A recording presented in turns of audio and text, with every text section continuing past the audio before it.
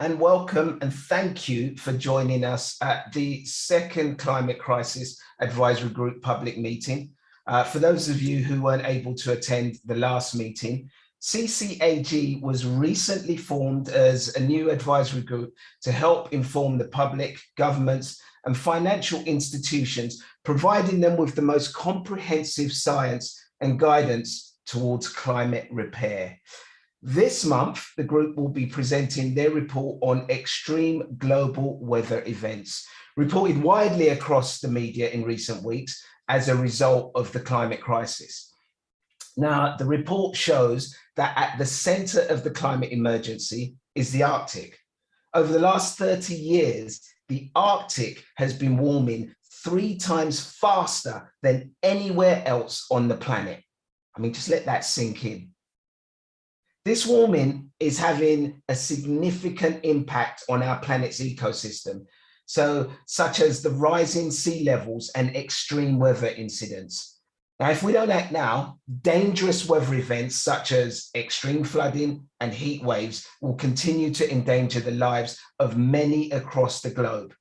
To tackle this, in their last report, CCAG has called for urgent Arctic repair through a number of measures to ensure the world remains habitable for us and our future generations. Now, our members have each participated in the development of the Extreme Weather Events paper, which explores the human-caused climate warming in the Arctic and beyond. Now, if you're following us on Twitter, it's @ClimateCrisisAG. The link to the report is available there for download, and it is very, very powerful and interesting reading. Now, before we dive any deeper into this, I'd like to take a moment to welcome the newest member of CCAG, Dr. Fatima Denton. Dr. Fatima is the director of the United Nations University Institute for Natural Resources in Accra, Ghana, and her expertise centers around climate change adaptation and resilient systems. So, a very warm welcome to Dr. Fatima. Now, I'm going to pass over to Professor Johan Rockström to talk us through the findings in the new report. Professor Rockström, it's over to you. Thank you, Ade. And I'll be sharing my screen just to walk you through, in the next 10 minutes, the summary of our latest report. So, just at the point that Ade pointed out, we're seeing a severity of extremes that are unprecedented. And the drama is not only the human impacts across the world, it's also that these are systemic. They're occurring simultaneously across the entire, particularly northern hemisphere, and follows on an increased frequency and amplitude of extreme events over the past decade, which also happens to be the decade of the warmest temperatures observed on Earth. Now, it's very difficult scientifically to explain the severity of these extreme events only by the 1.2 degrees Celsius warming so far. We have unequivocal scientific evidence that we do strengthen extreme events by loading more heat in the atmosphere, leading to 7% more humidity in the atmosphere for every 1 degree Celsius warming. So we today have an attribution certainty on making extreme events more severe: droughts, floods, heat waves, landslides. However, what we're seeing now goes beyond that level. Either we have extraordinary unluck of stochastic outcomes, or there's something other physical at play. And this is where the Arctic comes in. The Arctic is one of the global commons on planet Earth. It's one of the climate regulating systems. It is, as Ade pointed out, warming faster than the average temperature on Earth. In fact, it's going 3 times faster over the last decade. We have explanations for this, which is the self-reinforcing feedback that when ice melts very fast, shown here in the observations of the decline of surface coverage of ice in the Arctic, that when ice melts very rapidly, the system changes color from a white self-reflecting surface, which is a feedback of self-cooling, to becoming darker and tipping over a threshold and becoming self-warming. This is the most classic and the feedback the mechanism we depend on most as humanity. Now, This is what is occurring in the Arctic. It's not only releasing massive volumes of fresh water due to ice melt, it's also warming very rapidly, impacting on regional climate system. This means that we have to start really mapping out the science on the role of the Arctic for the stability of the Earth system. We have more and more scientific evidence that the Arctic is actually a ground zero connected to many of the climate tipping elements, the big systems that regulates the monsoon systems, ocean circulation, and functioning of ecosystems across the world. Now, the latest update on this came out just before the pandemic, showing how we have started to see instability in 9 of the 15 known climate tipping elements. You see them here. I've just added the jet stream because this is the 10th candidate. We cannot say conclusively that this is the case yet, but the scientific evidence shows in this direction, that when the Arctic melts rapidly, it slows down the jet stream and impacts on regional weather systems. But I want to, before coming into that in detail, to also share with you that what happens in the Arctic and the ice melt in Greenland is also, as you see in these arrows, to many other elements in the Earth system. So the Arctic, what happens there does not stay there. You have ice melt leading to release of cold fresh water into North Atlantic, slowing down the old ocean circulation, the Gulf Stream, which in turn impacts on the monsoon system over South America, which can explain droughts and forest fires over the Amazon rainforest, losing biodiversity and releasing more carbon. But not only that, it even slows down the heat exchange in the oceans, locking in more warm surface water in the Southern Ocean, which can explain the accelerated melting of the West Antarctic ice shelf. So what you see here is that the Arctic is connected across the entire planet. But let's focus in on the jet stream. But to understand truly what's happening in the Arctic, we have to also recognize that this is the home of 4 million people, where indigenous communities have been living for over 10,000 years. Here we have indigenous communities perfectly adapted to the conditions of the Arctic, with an enormous knowledge on social ecological resilience to handle this biome. We have to recognize that the physical occurring bypass among reindeer communities, for example, but at the same time, this is the source of knowledge to be able to find pathways to build resilience. When it comes to the jet stream, as you know, this is the high-level, narrow, fast-flowing air currents in the higher atmosphere that is powered by the energy gradient between a warm equator and a cold Arctic. This is what determines the flow of low and high pressure systems from the west to the east. They do meander. It does meander in Rossby waves naturally, which explains how low and high pressure systems get more or less intense. But what we're seeing with a very rapidly warming Arctic is a slowdown of the jet stream. It starts meandering in deep, deep curves, as you see in the right graph here, and it leads to blockages of high and low pressure systems. This is what we've been seeing over the last decade and what we may have at play currently. So for example, already in 2012, with Hurricane Sandy smashing right into the east coast of the US, being proven scientifically to have been locked and stuck there by a meandering jet stream as shown in this figure. But we also have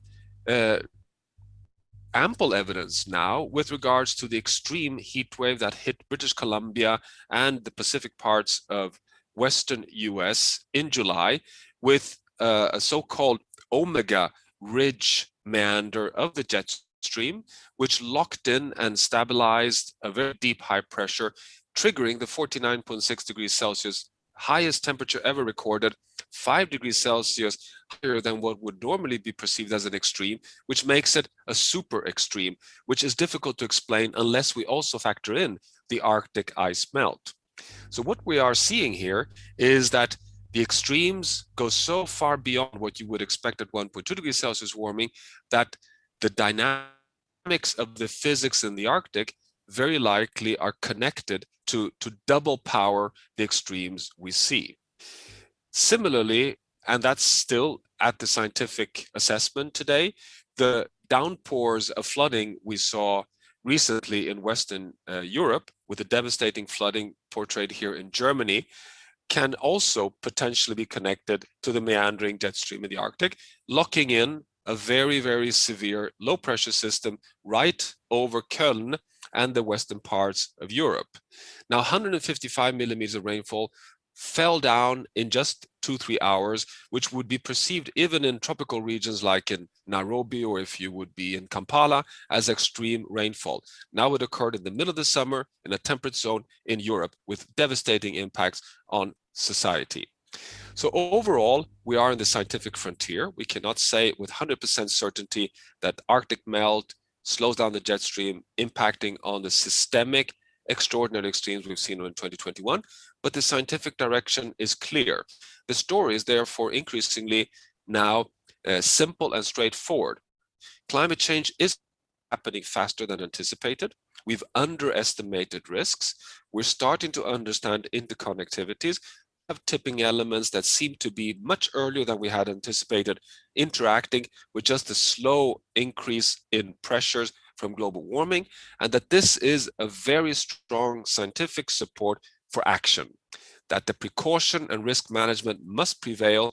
So therefore, the Climate Crisis Advisory Group's advice on really moving fast on reduction of emissions, removal of carbon dioxide in the atmosphere, and repair, building resilience is absolutely necessary. So this is an additional piece of evidence in support of very rapid action on climate. So with that, I'll hand back to you, Ade, for discussion and questions, and particularly gaps filled in by my colleagues of the Commission. Thank you very much. Thank you very much, Johan.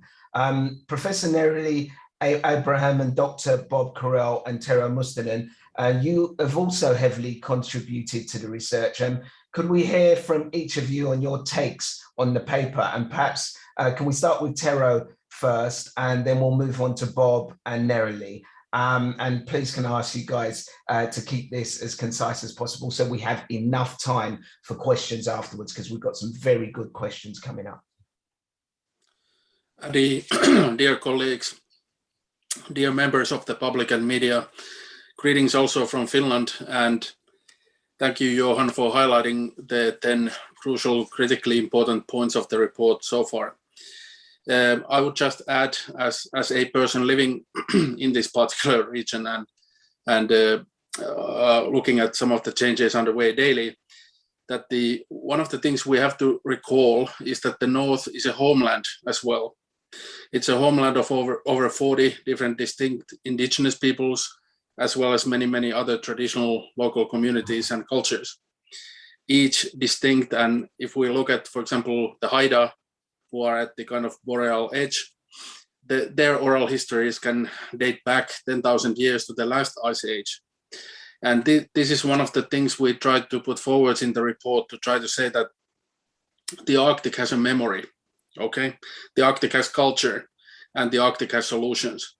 And the engagement of, just like Johan said, from the adaptation that in the past has guided indigenous and local communities in the North, may be a center of solutions that are made in the region.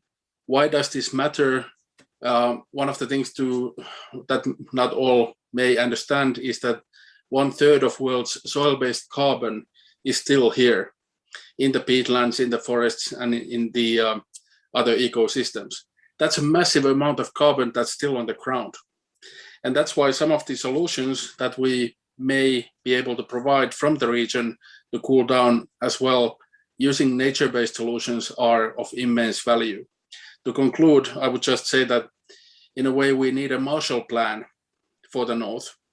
This may instigate, for example, landscape rewilding, turning degraded peatlands back into carbon sinks in scale. These would be massively cheap solutions compared to the other things that are there, and they would deliver also in scale.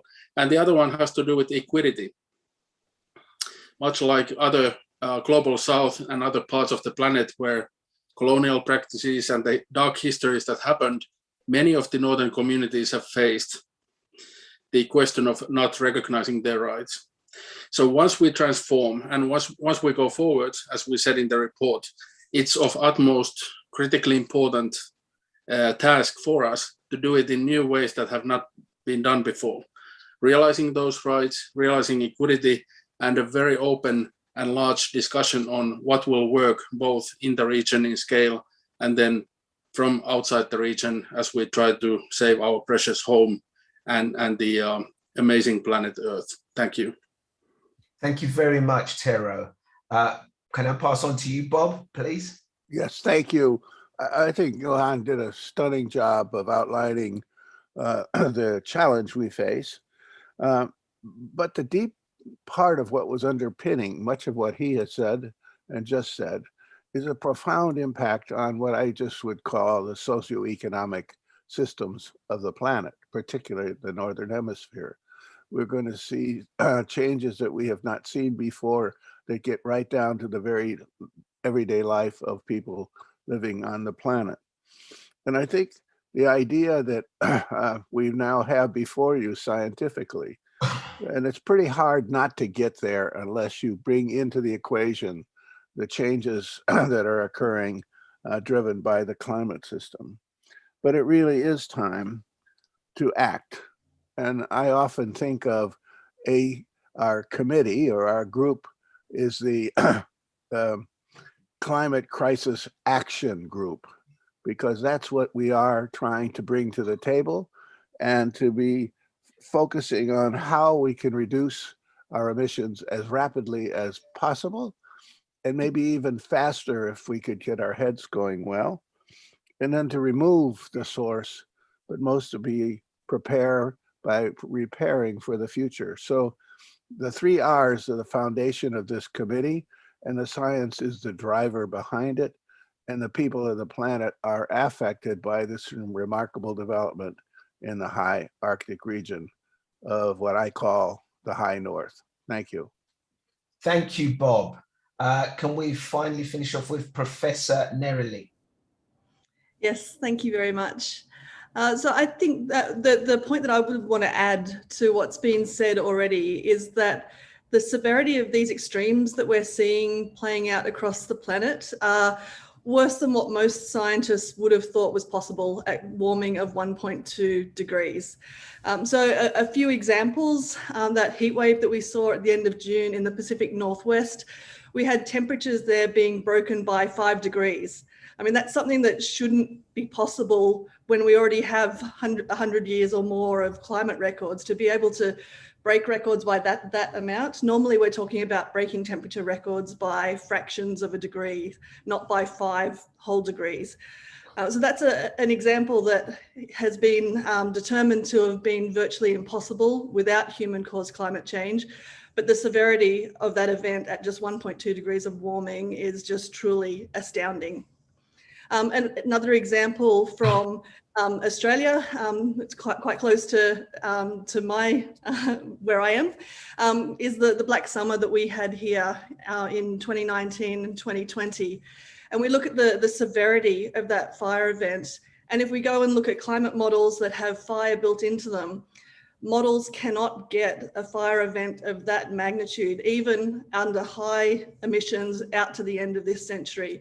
So we're already seeing these impacts from climate change that are much worse than what we thought could be possible. And then we need to learn how to adapt to those while we then get the climate change problem under control. So I just emphasize that this tendency for science to underestimate risks is something that's very well documented now, particularly through the 30 years that we have of IPCC reports. Another example comes from Antarctica, where even 30 years ago, we knew that the setup of the West Antarctic ice sheet was something that was had potential to be unstable. But those first reports, the scientific assessment was that Antarctica really wouldn't start to change for at least 100 years. If we come forward 30 years, we're already seeing large amounts of ice being lost from West Antarctica. We're seeing the rate of ice loss accelerating and contributing to sea level rise, and indications that we've already passed a tipping point that makes the ultimate loss of that West Antarctic ice sheet unstoppable. So all of this tells us that we have no time to waste. We're already seeing the dangerous impacts of climate change at 1.2 degrees. And so we need that action now to really step up and get this problem under control. Thanks. Thank you very much, Professor Neroli. Thank you, Johan, Bob, and Tero for an excellent report. And I can't recommend that report enough. One of the things that I found so resonating and so powerful about the report is the way it joins the dots between the science and the impact that it has on us as a human race. It's so important and such a good read. Okay, it's time to open up the discussion to the floor now and run through the questions that we've been sent by the members of the media and the public. As we go through, can everyone stick to one question per person to make sure we can get through as many topics as possible? Okay, shall we go to our first question, which comes from Deborah Meaden from Dragon's Den. Deborah, take it away. Sorry. There we go. Thank you. That was so informative and fascinating, and a little bit scary. So, quick question: does the panel believe that governments should be doing more to incentivize businesses towards more green R&D? That's both in terms of incentivizing unwilling businesses, but also helping willing businesses transition. And that's fiscal support towards R&D, but also opening up opportunities. Thank you, Deborah, for that question. I think we'll go to Lorraine Whitmarsh on this. There are some other hands, but yes, absolutely. I mean, yes is the short answer. Absolutely. I think we need to see incentives on the business side to innovate in a number of different ways, to innovate in terms of new products and services that are much lower carbon and potentially net zero, and shift incentives away from high carbon products and services. My area is particularly on the sort of consumer and public side. And what we're seeing is that the incentives are just not there for people to consume in different ways.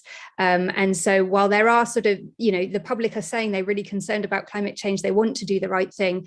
Often, the cheapest option is for them to get something that's disposable, doesn't last very long. And we need the incentives to be there for businesses to have responsibility for products, to repair them, look after them, have them be much more durable, etc., and more kind of sharing economy businesses supported as well. So I think, yeah, absolutely.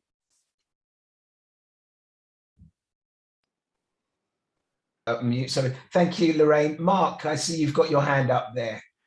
So I have to say it's a brilliant question, and what's really interesting is there's a load of new economics coming out which is actually showing that the driver of innovation in most countries is the government, and the governments don't seem to realize that. And the way they do it is through sometimes regulation, which then forces companies to go down certain routes, putting in incentives, putting in sort of like tax breaks, also taxing. So they have all these wonderful tools that they can do, little knobs that they can twist to actually allow these sort of things to happen. I mean, again, I have set up a company, and one of the great things is there are lots of funding streams to get small businesses to work with big businesses.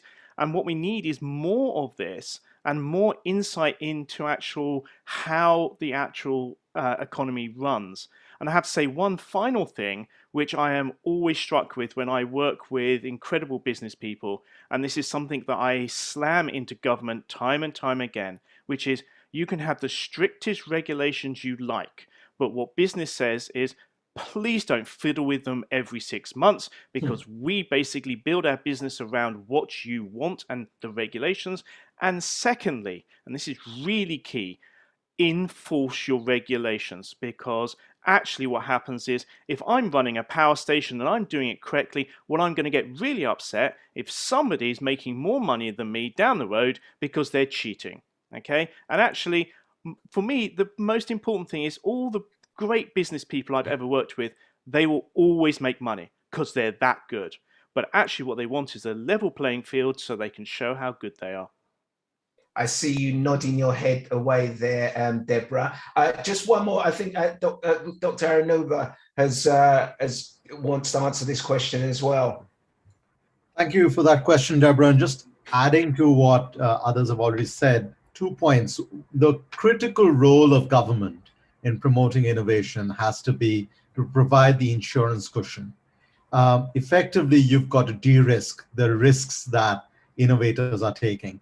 And you will get angel investors at one end, and then you will get commercial lenders at the other end.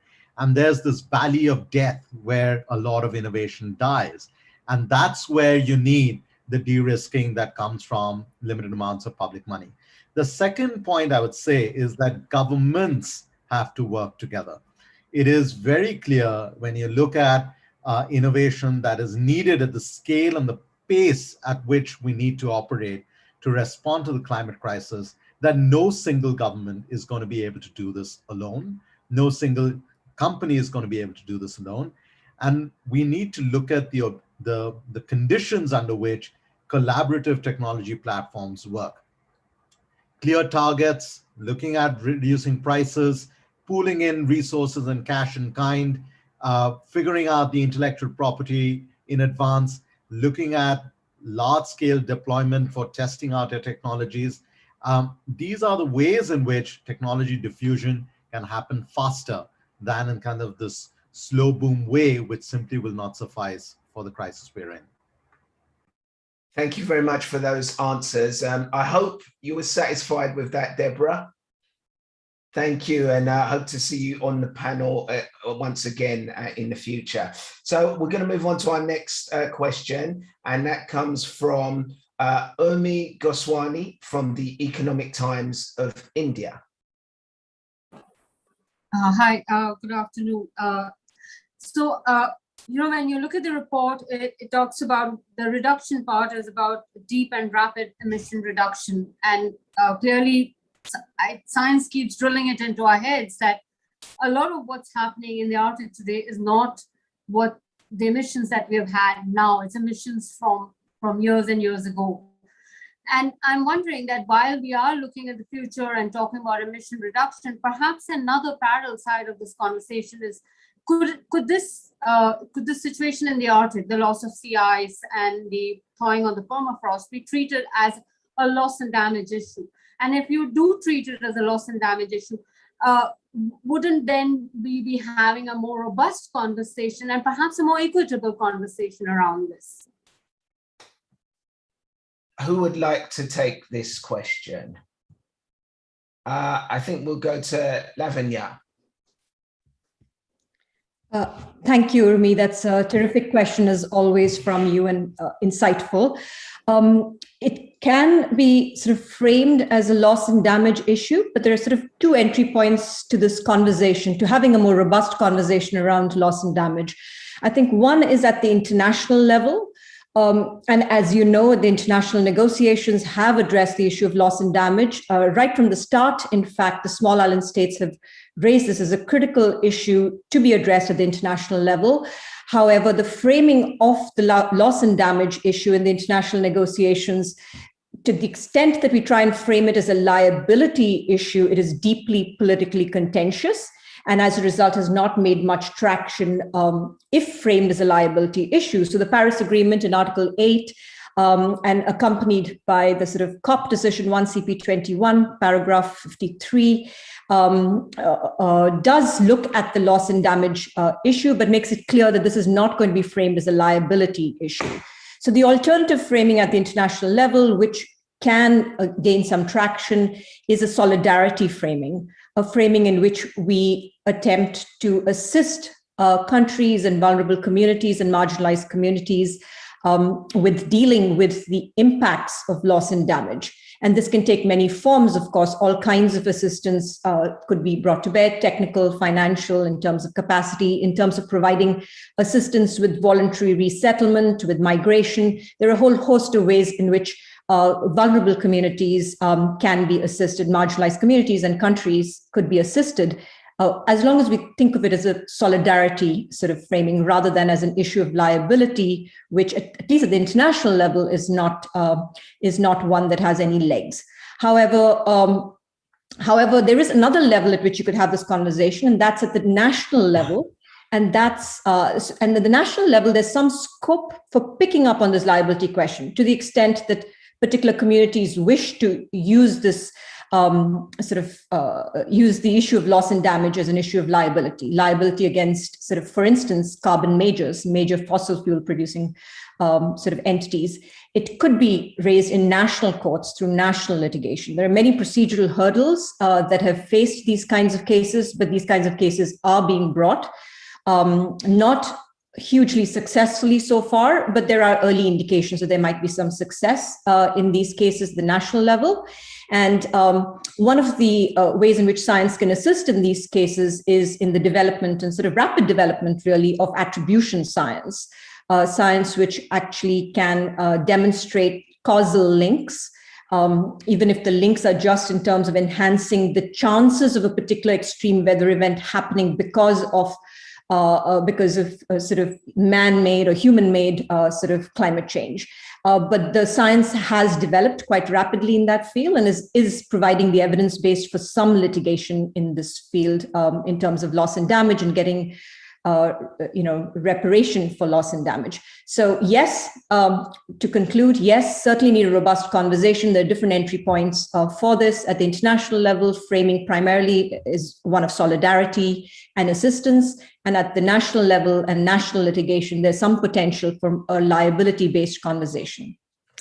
Thank you. Thank you, Lavanya. Such an important question there.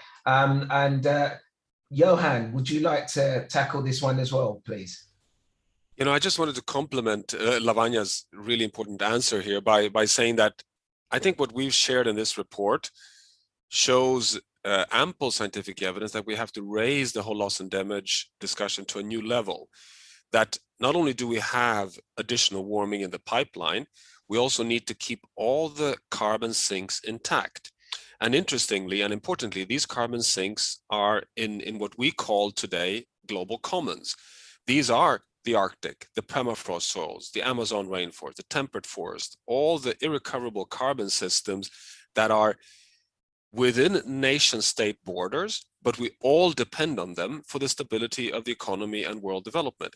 How are we going to enable the climate policy arena to start recognizing the need to keep these systems intact as a global community responsibility, despite the fact that they fall within nation-state borders? That to me is like the big consequence of what we're seeing occurring around us today. Thank you, Johan. I think it's starting to become evident that we need a real mindset shift in what we value on this planet and what we see as important. And that's when we'll start moving towards equity. Omi, thank you once again for another great question. We're going to move on to our next question, which, excuse me if I get your name wrong, but this is from Alessandro Myquins, and he's from Fevura. Dear scientists, thanks a lot. It's a pleasure. And my question is, scientists have been very cautious in their predictions and standings for a long time. Now the CCAG changes this kind of speech and directly says that we reach some steps beyond the tipping point. How does the CCAG recommend media raise their speech at this moment? Another good question. Thank you, Alessandro. I think we'll go to Sir David for this one. Oh, you've got your mic on mute, Sir Dave. It's a very difficult question you're asking, and a very important one. How do we raise our game to meet the level of the challenge that we've set out in this document? There's no question that the political community of the world, there is no group in the world, no government that has responded to the level that is required at this point in time. And one of the reasons for setting up the Climate Crisis Advisory Group is precisely to bring this sort of information, which is based on the information provided by some of the best experts in the world in this field, and representing 10 different countries represented here. So we are a sort of global representation. the big function that we have is to try and get these messages through, not only to the public. It is important that we have public support for all of this, but also that we reach into the business community, the financial community, and most particularly the government community. I don't think we're going to manage this unless we get a step forward from willing nations to take much more concrete action, to actually treat this as the crisis that it is. As we move forward in time, we're going to see the kind of weather patterns that have emerged this summer and that we've commented on here, emerging more and more frequently. That's the key message, and with increased damage around the world. So we could, I suppose, wait for the wake-up call as they experience this, but it would be much smarter if we could act before the damage gets too strong. Lots of hands up here. Thank you, Sir Dave. Tero, do you want to have a go at this next? Yes, thank you, Alessandro. Very quickly, let's start from the realization that I think that many people are very tired. They're very tired of hearing each month, each week, now daily, how bad things will become. And that puts us in these kind of leadership positions into a kind of a hard crux. Shall we say more of the same, or what can we say urgently to solve things in different scales? I would answer this very important question on how media and the public and how we should be communicating by trying to look at metrics. And the story that I'm leading here in Finland called Rewilding. So we had a site that was degraded. It was a peatland, lost habitat, destroyed because of human actions, and it had 2 bird species. Now, after 5 years of rewilding it, restoring it back into a carbon sink and biodiversity hotspot, it's the home of 196 bird species. It's preventing hundreds of thousands of CO2 from leaching from the soil into the atmosphere.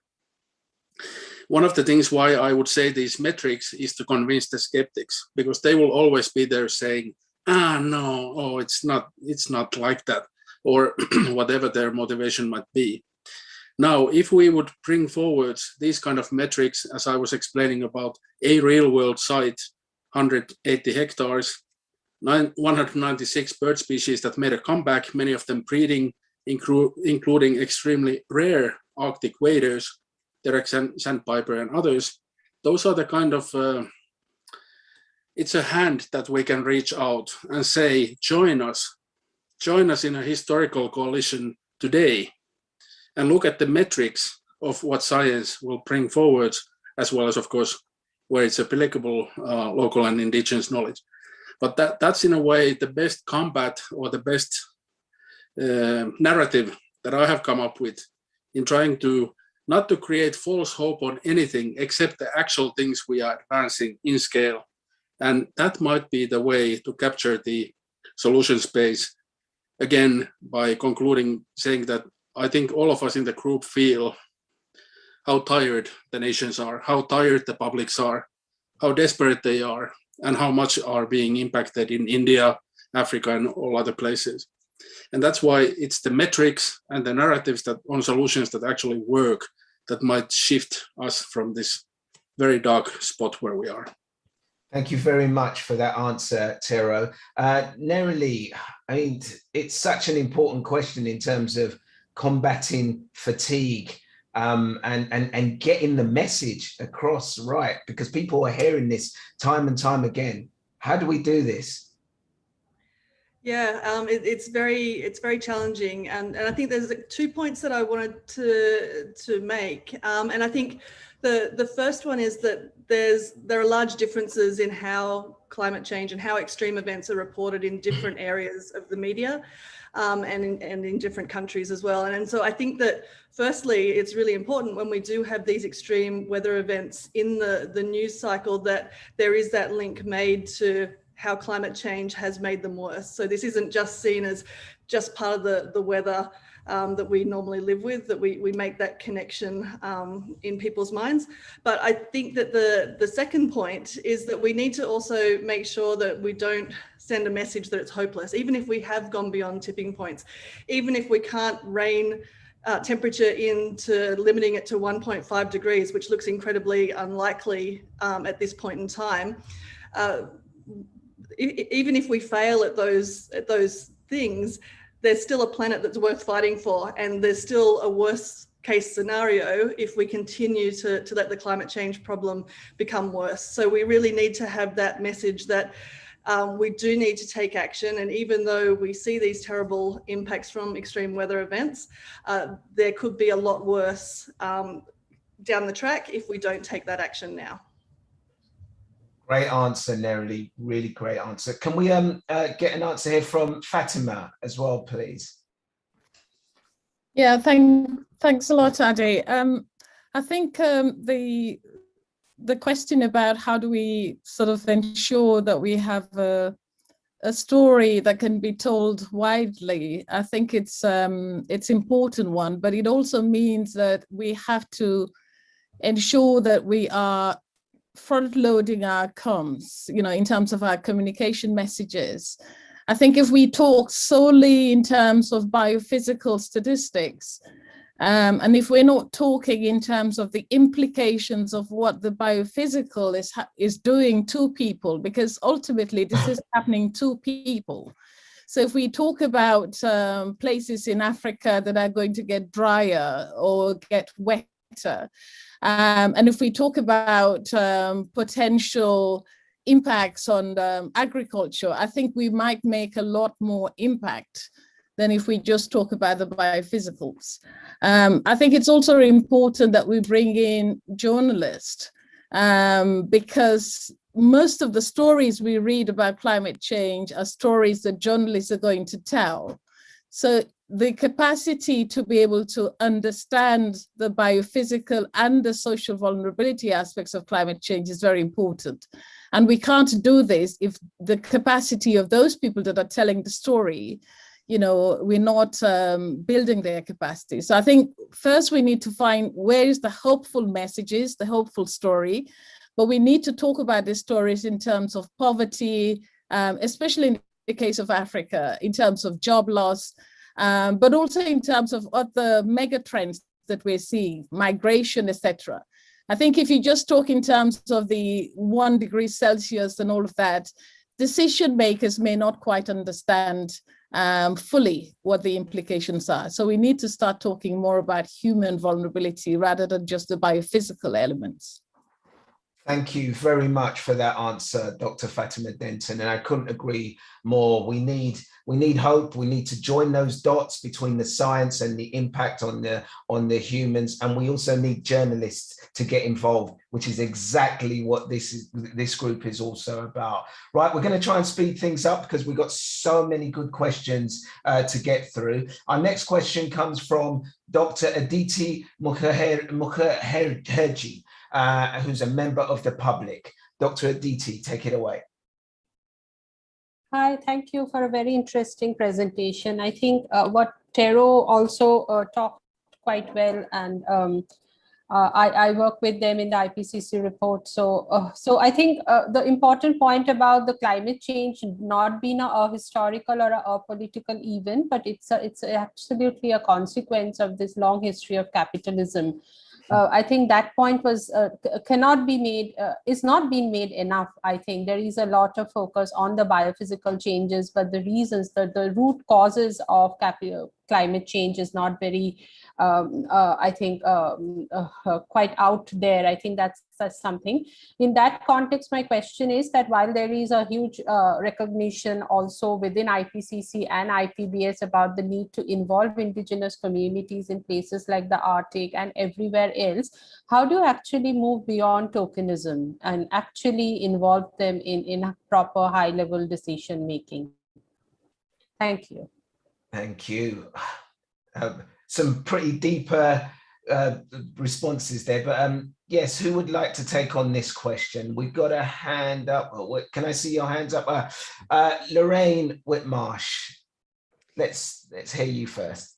Yeah, I mean, I think this is a really important point, and I think Tero has really emphasized the importance and the value of involving Indigenous and local communities in defining solutions that are right for different contexts. I think that's absolutely critical. We can't come in from one country and think that this is the right solution for this other place without engaging with people on the ground who have so much wisdom and knowledge and have insights that can make sure that those solutions work for them. And I think we are starting to see in a lot of countries actually a growing appreciation of the importance of engaging with communities and with the public as a whole in terms of defining solutions to climate change. So we're seeing citizens' assemblies, for example, and citizens' juries popping up all over the place and really feeding insights from the public into tangible solutions for tackling climate change. And those things are being taken up by many governments at national and local levels. And I think that's really encouraging to see, because we know that without involving the public, we're not going to actually be able to define workable solutions. So I think we're starting to see encouraging signs in that respect, but we need, I think, more of this to happen. Oh, thank you very much for that answer. And thank you for the question as well, Dr. Aditi. We're going to move on because, as I said, we've got lots of great questions coming in. We've got Matthew Schertz, journalist from Favura. Take it away, Matthew.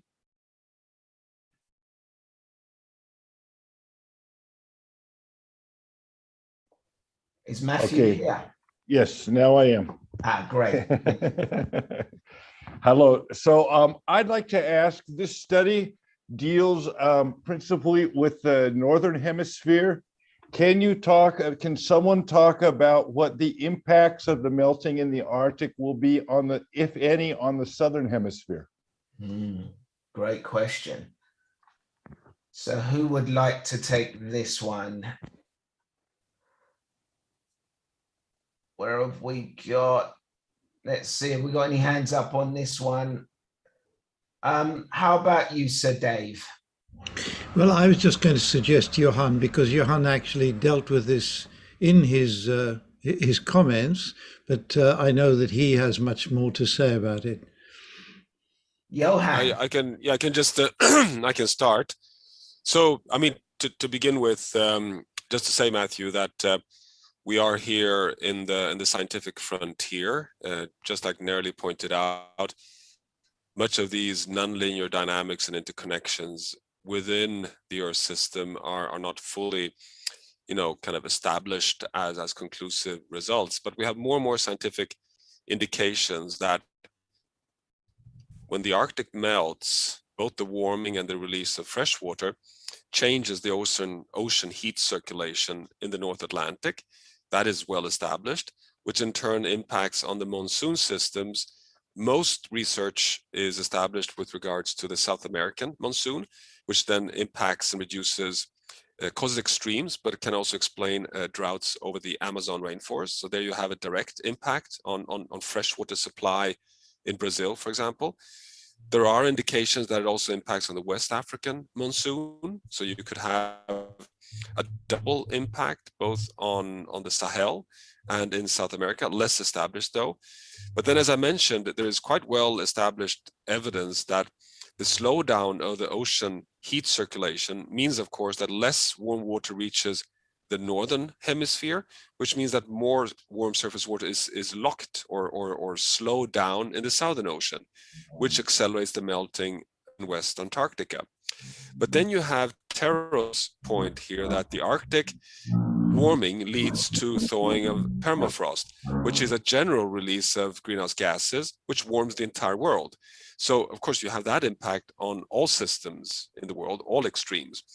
But I should also say that the extreme rainfall we have seen now in Henan province in China, and then Xie might want to add something here, there are indications that as well can be connected to the jet stream patterns in the Northern Hemisphere, because you get so far south in latitude searching low pressure systems that it may be interacting with instabilities of the weather systems in the southern latitudes. But we do not know. But it's not impossible that you have links so far south as even what we've seen in this case in China. But that's again an area of ongoing work.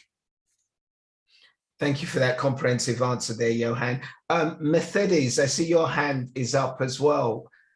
Yeah, thank you, Adi, and thank you, Matthew, for the question. I just would like to compliment that there are some indications that change in the Atlantic circulation can impact droughts in the Amazon region.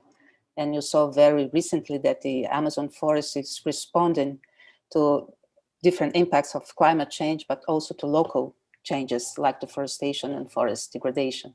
So I think we should try to frame all these issues as a connection of different local, regional, and global impacts, so that are acting on ecosystems. Thank you. The world is connected. Thank you for your answers, and thank you for the question, Matthew. Next question comes from Ian McKee, who's a member of the public. Thank you, Ade. So my question harks back to the issues around business we spoke about earlier. We're seeing an increasing now amount of businesses who are committing to emissions targets and net zero commitments, often without fully having the expertise or the knowledge to understand what those commitments necessarily mean. So my question is, how do we hold those businesses to account and effectively challenge greenwash where we see it? It's a big question, big topic, the whole idea of greenwash. Mark, I see you've got your hand up. Great question, Ian, and it is one that companies themselves struggle with, because what they want to do is to actually do the right thing, and actually sometimes they get this mixed messaging about what they should do. And so for me, when we work with different companies, we go through a set of sort of like guidelines, which is firstly, be open and transparent. And that's the key message firstly, because the public don't expect companies to go carbon neutral, carbon zero straight away. You know, we all know that's impossible.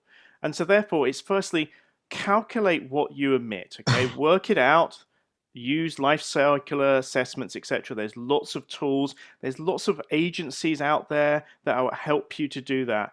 And then you can work out which are the low-lying fruits, which are the ones you can actually get rid of first, like switch to sort of like renewable electricity straight away, you know. And then I think the other important thing is you engage your staff as much as possible, because they're the ones that are going to have all the great ideas, all the innovations. And I think that's key.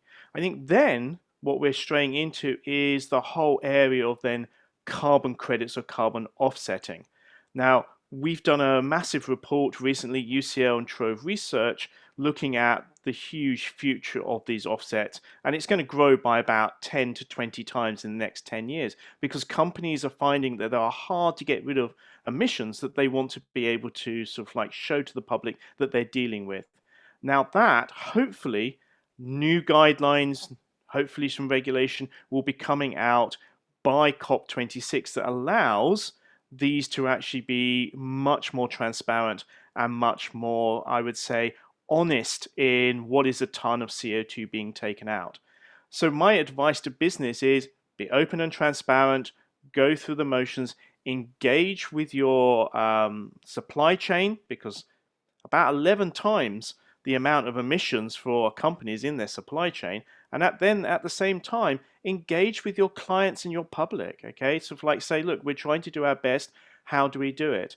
And actually at the end of the day, we, the scientists, the public, can check where they're greenwashing, but also I think what's really important is they have to protect their reputation. And so therefore brand management is a really brilliant tool to make sure that most of the companies are doing a great thing. And actually greenwash is just something I think, and I say this very quietly, many journalists worry about. But when you actually engage with business, when they have targets and regulation, things like that, and they have a brand, they will do everything they can to actually protect that and look after that and do the best they can. Thank you for that answer, Mark. Lavanya. Thank you. Great question, Ian. Just to add to what Mark's already said, there's also a process at the international level, the Race to Zero campaign that's being led by the climate ambition champions under the UN process. And they do have minimum criteria for participation. and the minimum criteria ensure essentially that the short-term actions that these companies are taking are aligned with their long-term goals. So there are criteria that are used to sort of ensure that there is accountability and some credibility for the kinds of net zero goals that are being taken by businesses as well. Just a brief addition to Mark's point. Thank you. Thanks for that answer, and thank you, Mark, for the question. Hopefully, we got some of the points across for you there. Our next question comes from it's Andrew Harmsworth. Andrew. Hello, thank you for that. A spokesperson for COP26 said that we should consider not rinsing plates before putting them in a dishwasher to limit the environmental impact. Is it worth doing the small things? Every little helps, if you like. Or should people in positions of authority advocate larger actions with meaningful impact, given the scale of the challenge that is net zero? Probably worth washing your dishes just as a point of hygiene, actually, Andrew. But yeah, I get your question. Who would like to take that one on? Shall we go, Sir Dave, with that one first? I think that the response to your question has to be all of the above. We really need actions at the small scale, as you said. You multiply small by the number of people doing it, and it changes dramatically. We all set examples to each other. We tend to follow what other people are doing. And I would just finish my short comment by saying, but let's not forget, through all of this, we need government regulation, we need government action, we need governments around the world to focus on how we get to deep and rapid emissions reduction and how we get to removing greenhouse gases from the atmosphere. So there's a tremendous agenda here for governments to focus on, but of course the public are all heavily involved. Thank you, Sir Dave. Lorraine, I can see your hands up. Yeah, well, I mean, just to add, I think, yeah, we do need those small things, but I do think there needs to be probably a stronger statement that actually by themselves, those small things are not going to be enough. I mean, I think basically it's clear from analysis by so many different organizations, the Committee on Climate Change, IPCC, and many others, that we are going to need very significant changes in people's lifestyles if we're going to get to our climate change targets and live in a world that isn't a very risky place. So we are going to start to need to communicate these changes very, very soon to the public. And we're talking about, you know, significantly cutting down on red meat and dairy, for example, driving a lot less, flying a lot less, consuming a lot less, and in different ways, and buying different sorts of products. And as I've said earlier, shifting to a sort of more sharing economy as opposed to just buying more stuff and owning it. So there are really big changes afoot. And I think we do need to probably hear clearer messages about those things and about the benefits that will accrue alongside doing those things. So it's not actually about sacrifice, and that's a key thing as well, is that they need to be communicated in a way that says this could save you money, this could make you healthy, this could improve your well-being, this could make things more convenient for you, etc.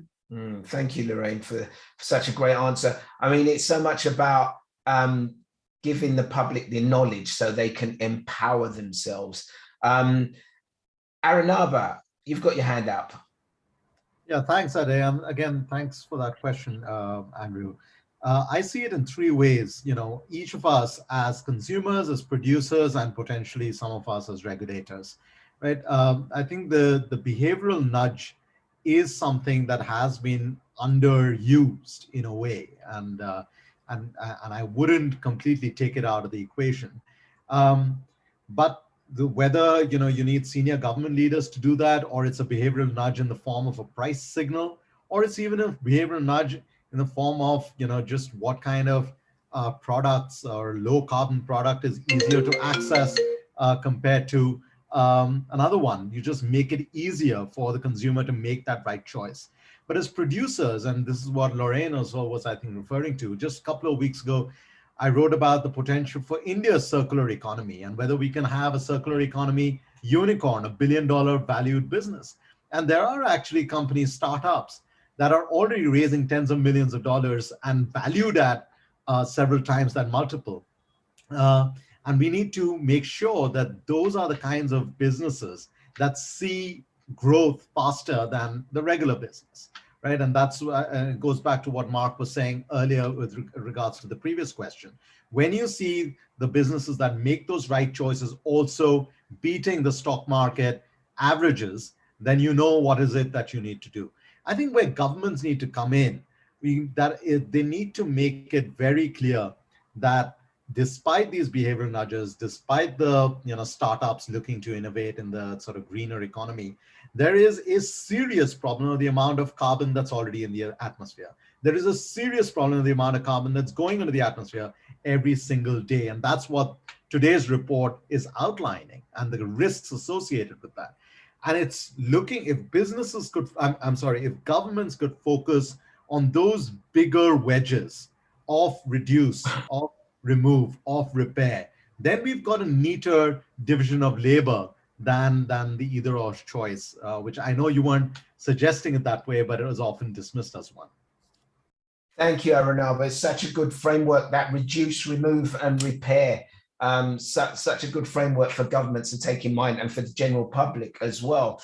Okay, we're going to move on to our next question. And this comes from Dawn Horn, who's a member of the public. This is a good question. Hi, everyone. How truly committed do you think world leaders are to the reduction in fossil fuel reliance that we need now? Bearing in mind there seems to be a lot of finger pointing at some countries, while others are using legal loopholes to open new oil fields and coal fields. I'm talking, of course, of Cambo in the UK, but also Canada, claiming their coal fields are exporting coal, so not involved in the targets. And also how fear of being sued by fossil fuel companies might shape policy and decision. Oh, very, very interesting question. So Dave, this is a question between governments and industry. What's your thoughts? Yes, I think the question of being sued is an interesting one, because the international legal community is in many ways looking at this issue, and I can see that the threat of being sued, and sued very heavily, would make a significant difference. For me, however, a much more important way forward is to have a progressive carbon price. But I would actually place the price on the recovery of coal, oil and gas in particular, rather than the production of carbon dioxide, which is the current mechanism for pricing carbon.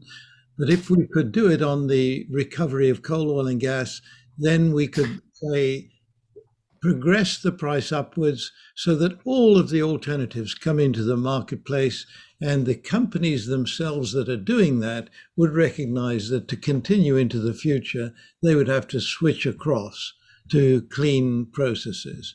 So I think there's many, many other answers, I'm sure. Thank you for that, Sir Dave. Yeah, Key, I see you have your hand up. Yes, a great question. I think the world leaders are getting more and more serious, especially over the last year or so, and there has been consensus developing globally, a consensus towards carbon neutrality or climate neutrality.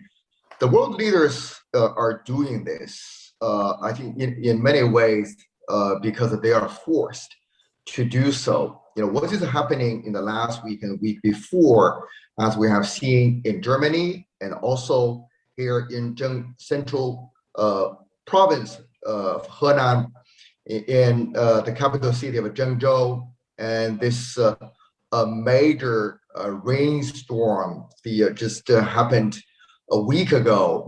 Within 1 hour, there was more than 200 millimeters of the rainfall within an hour, and within a day, that's more than 500 millimeters of rainfall, and a few dozen of people already reported dead. More probably feared more coming.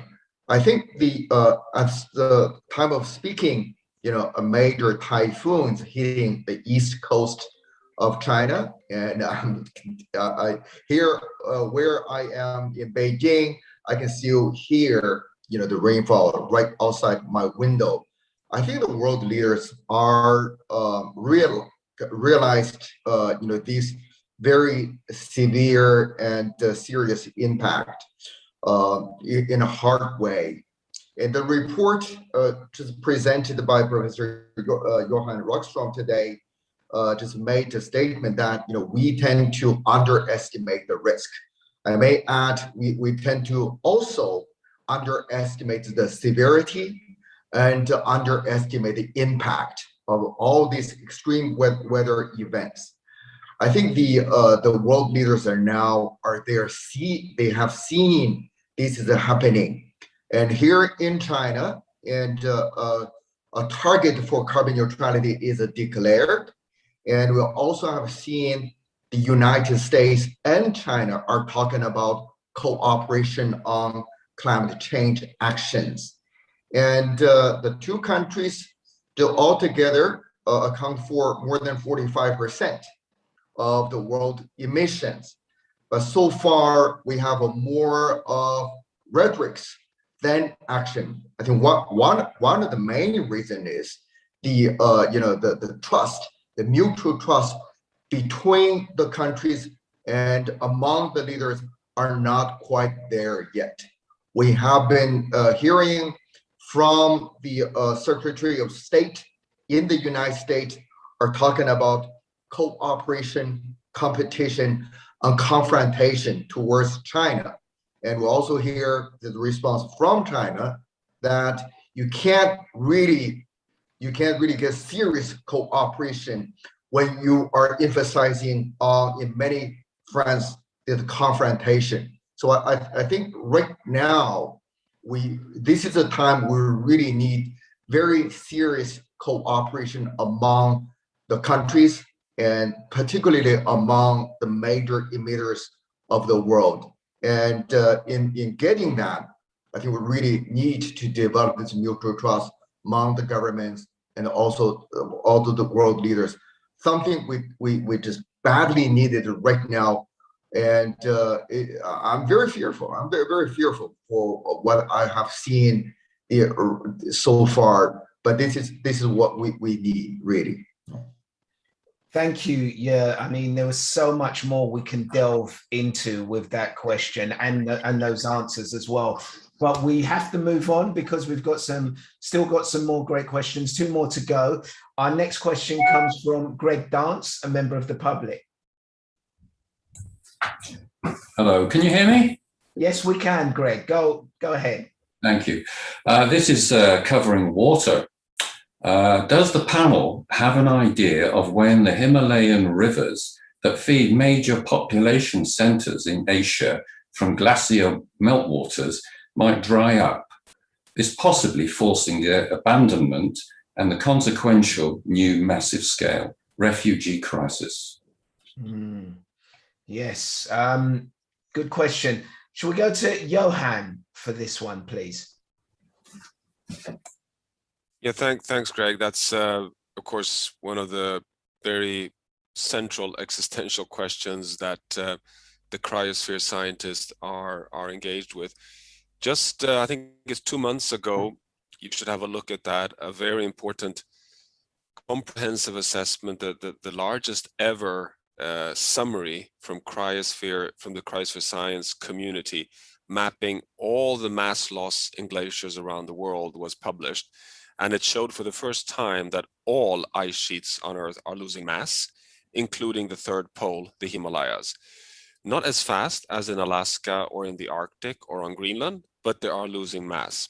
There's no science suggesting that you would have a catastrophic tipping point in the Himalayas over the next decades, but there is definitely assessments showing that if we continue burning fossil fuels as today, by the end of the century, we would have significant impacts on freshwater flows because of disruptions, particularly with melting ice lakes, but also in terms of just the hydrographs of regular floods for Ganges, the Brahmaputra, the Yellow, and coming down into the Mekong. So as you say, these are very significant fountains of life for billions of people.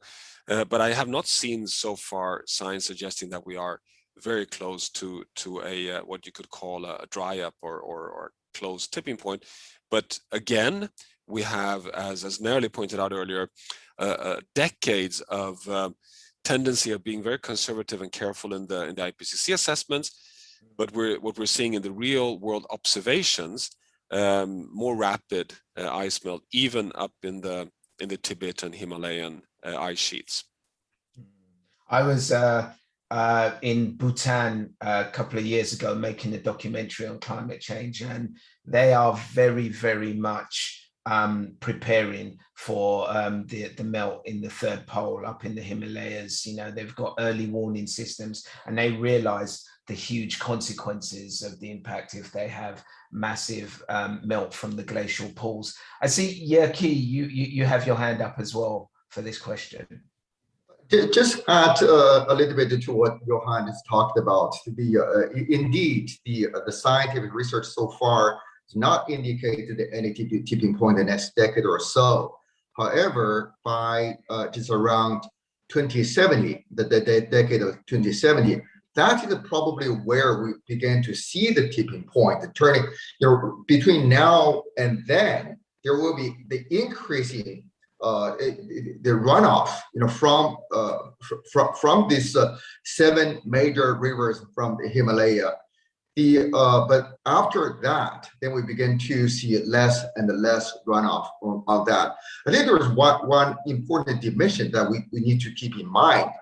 Right now, because of the increasing amount of water flowing out of Himalaya, people are really happy to see this is happening and building, dams, utilizing this increased water resources so far.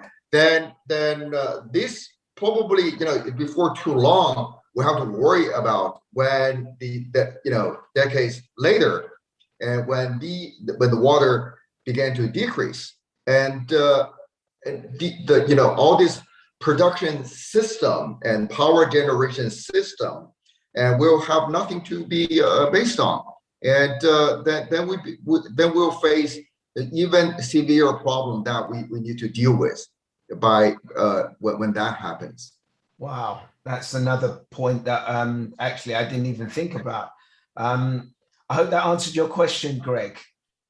It's time for us, thank you, Greg, thumbs up there, to go to our final question, and this comes from Phoebe Wayland.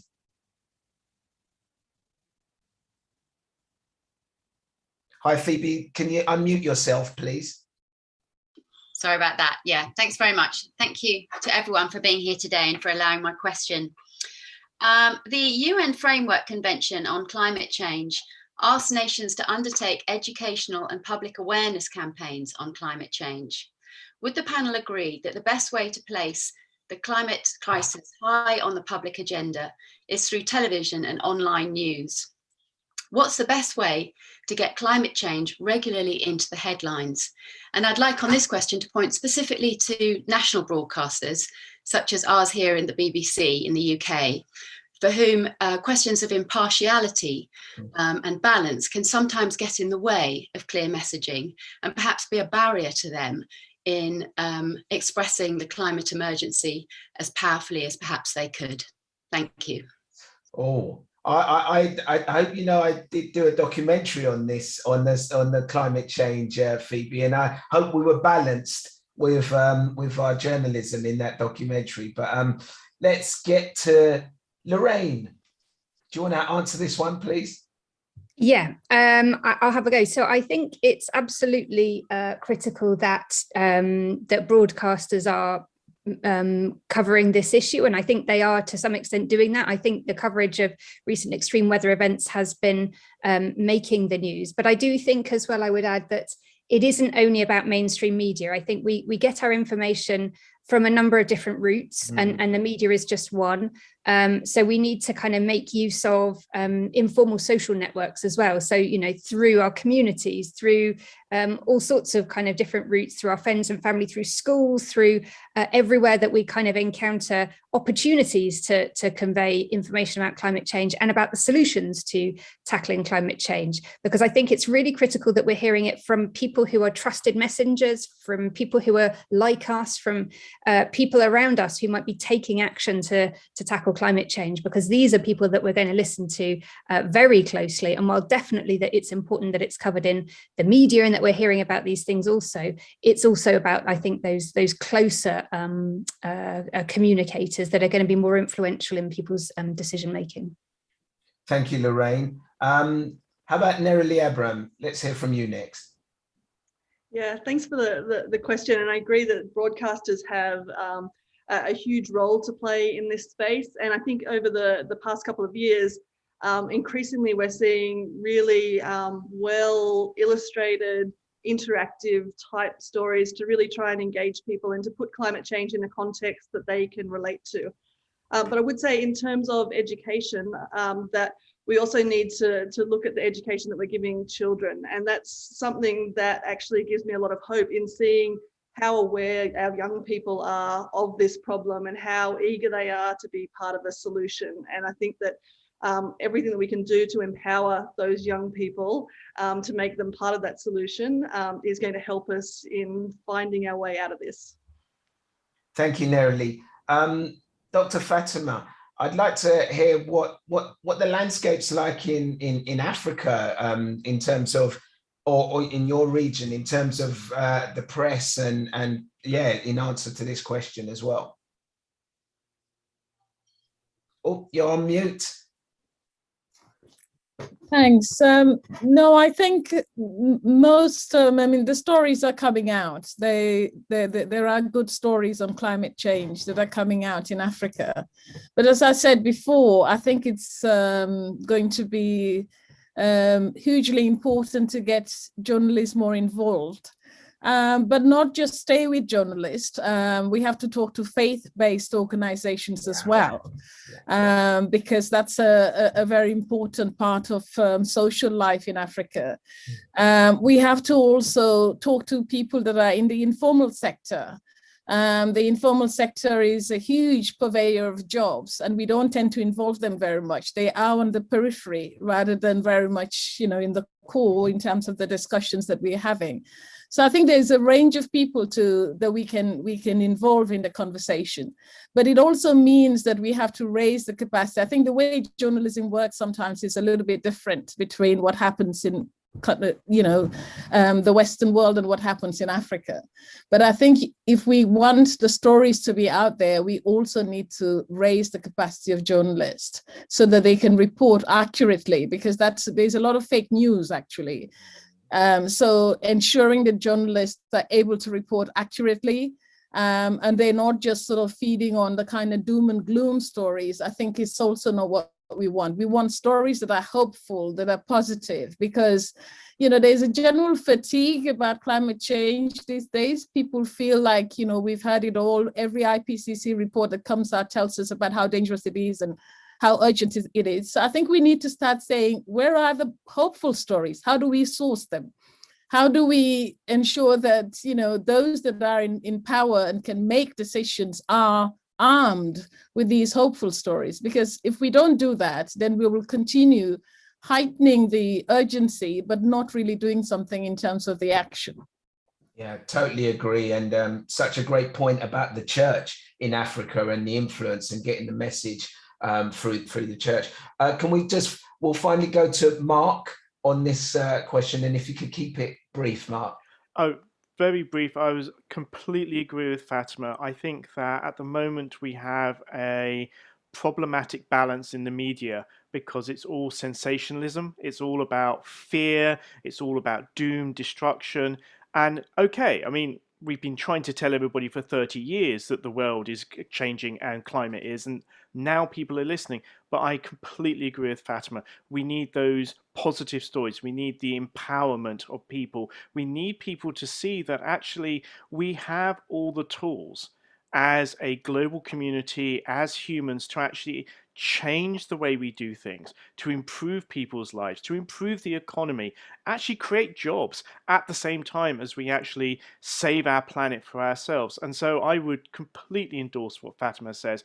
And I say we need a different balance in the media.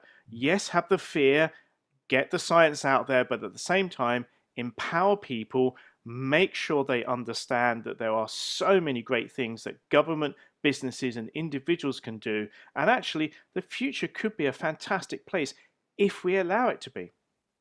Great answer. Thank you for that positive answer. And Phoebe, I hope we answered your question there. And please check out episode 3 of Climate Change with Adi Depitan on the front line, because we talk about the solutions and all the positivity. Actually, before we finish, can we just get a final word from Sir Dave? Can you unmute yourself, please, Sir Dave? Once again, so let me just finish by saying, yes, we are very, very fond of saying reduce, repair, reduce and repair the systems that we have established that are all taking us in the wrong direction. We know what needs to be done. There are many, many details that need to be worked out locally. But the positive message is we need to move, but we also need to move quickly in making these changes. Time is no longer on our side, and we can't fudge that one. We really have to get that message across. Thank you, Sir Dave. Thank you, Phoebe. And thank you very much to our CCAG members and to all of you tuned in today to watch the meeting. We appreciate your continued support. Now, if you want to learn more about the Climate Crisis Advisory Group, you can find more information on their website at ccag.earth. You can also follow the group on Twitter and Instagram and Facebook, and you can send any questions you may have for CCAG on their social media pages too. So thank you for attending the second CCAG public meeting today. We look forward to seeing you at the next meeting on Thursday, the 26th of August. Together, we can work towards tangible climate repair. Thank you.